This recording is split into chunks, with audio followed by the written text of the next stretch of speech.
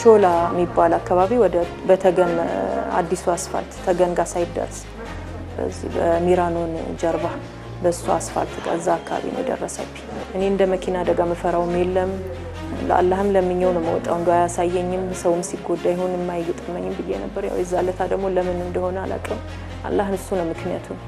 ለምን ነው ብለህ አጠይቀውም አላህን አልহামዱሊላህ ትንሽ ክፍት ቦታ ሲያገኝ ሊጠጋለ እኔ እየወረድኩኝ ነበር አላየኝም። አንድ እግሬ ወርጄ አንድ እግሬ ላይ እንዳለ ነዳ ሲነዳ ወደቁ። በቃ ይሄ ነው የተከሰተው። አጋጣሚው ከባድ ነበር። አላህ አትርፎኝ ነው የኋላውኛው ጎማ ነው የገጨኝ። አጥንቴ አልተነካም። ስጋው ነበር በዛ ሰዓት የተነካውና ስጋው በጣም ነበር የተጎዳው።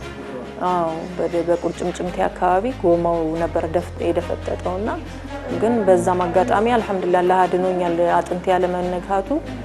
ግን ያም ዞሮ ዞሮ ይሄው ወር ከህዳር 6 ጀምሮ ይሄው እስከ ዛሬ ሆስፒታል ነው ያለሁት። በቃ ጠዋት 2 ሰዓት ተኩል አካባቢ ነው የደረሰብኝ ቅዳሜ ህዳር 6 እስካሁን እንግዲህ እዚህ ሆስፒታል ነኝ ያለሁት።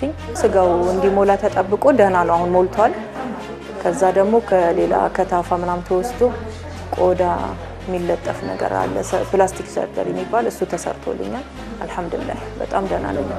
በጣም ደህና ነኝ አልহামዱሊላህ አሁን ደህና ነኝ አልহামዱሊላህ። እንግዲህ የመቆሙ የሚሄዱ ነገር ደግሞ አላህ ነው የሚያውቀው። እስካሁን ድረስ ያው እየቆምኩበትም ስላልሆነ በጣም የተጎዳ ነገር ነው። ሰርቼ ሩጬ ወጥቼ ለልጆቼ ማሳደግ ነበርኩኝ። አሁን ባለቤቴ ላይ ነው ሁሉም ነገር ጫና ያለው።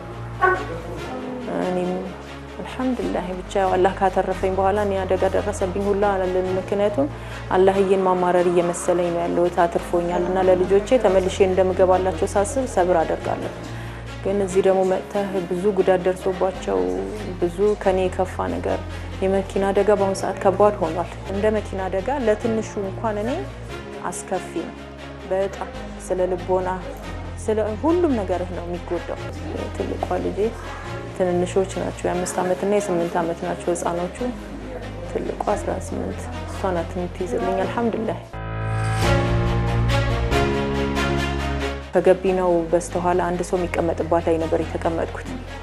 እሱ ጋር አሁን ልጁ እየወረድኩኝ እንደሆነ ቢያይ ኖሮ ይሄን አደጋ አይፈጠርም ነበር ማለት ነው። ያው አላህ ካዘዘው ምንም ነገር ማይቀርም። ግን ጥንቃቄ ቢያደርጉ የሆነች እንደዚህ የሆነ መጋረጃ ነገር የሚጠቀሙት እንትኖች አሉ ሹፌሮች እሱ ነገር በቃ የሆነ የማስተዋልም ነገሮችን ምናምን ነገር ቢኖር በቃ ጠብቁ።